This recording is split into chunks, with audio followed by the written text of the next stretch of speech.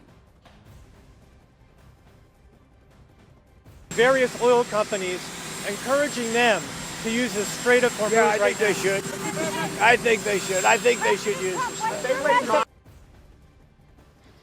और आप देखिए कच्चे तेल का 400 मिलियन बैरल जारी करेगी आईईए। ये वॉर ब्रेकिंग आप तक पहुंचा दे। युद्ध के बीच यूएस राष्ट्रपति ट्रंप का ये ऐलान सामने आया है कि कच्चे तेल के दाम बढ़ने के बाद ट्रंप ने ये ऐलान किया है आईईए 400 मिलियन बैरल तेल यहां पर जारी करने को तैयार है। अमेरिकी राष्ट्रपति डोनाल्ड ट्रंप ने कहा कि अमेरिका और दुनिया को तेल आपूर्ति यहां पर होगी। देखिए, ट्रंप भी जानते हैं कि इस युद्ध का जो सबसे बड़ा नुकसान झेलना पड़ रहा है वो तेल के भंडारों को झेलना पड़ रहा है, कंपनीज को यहां पर झेलना पड़ रहा है, जो इस वक्त वैश्विक तौर पर सबसे बड़ा खतरा बन चुका है।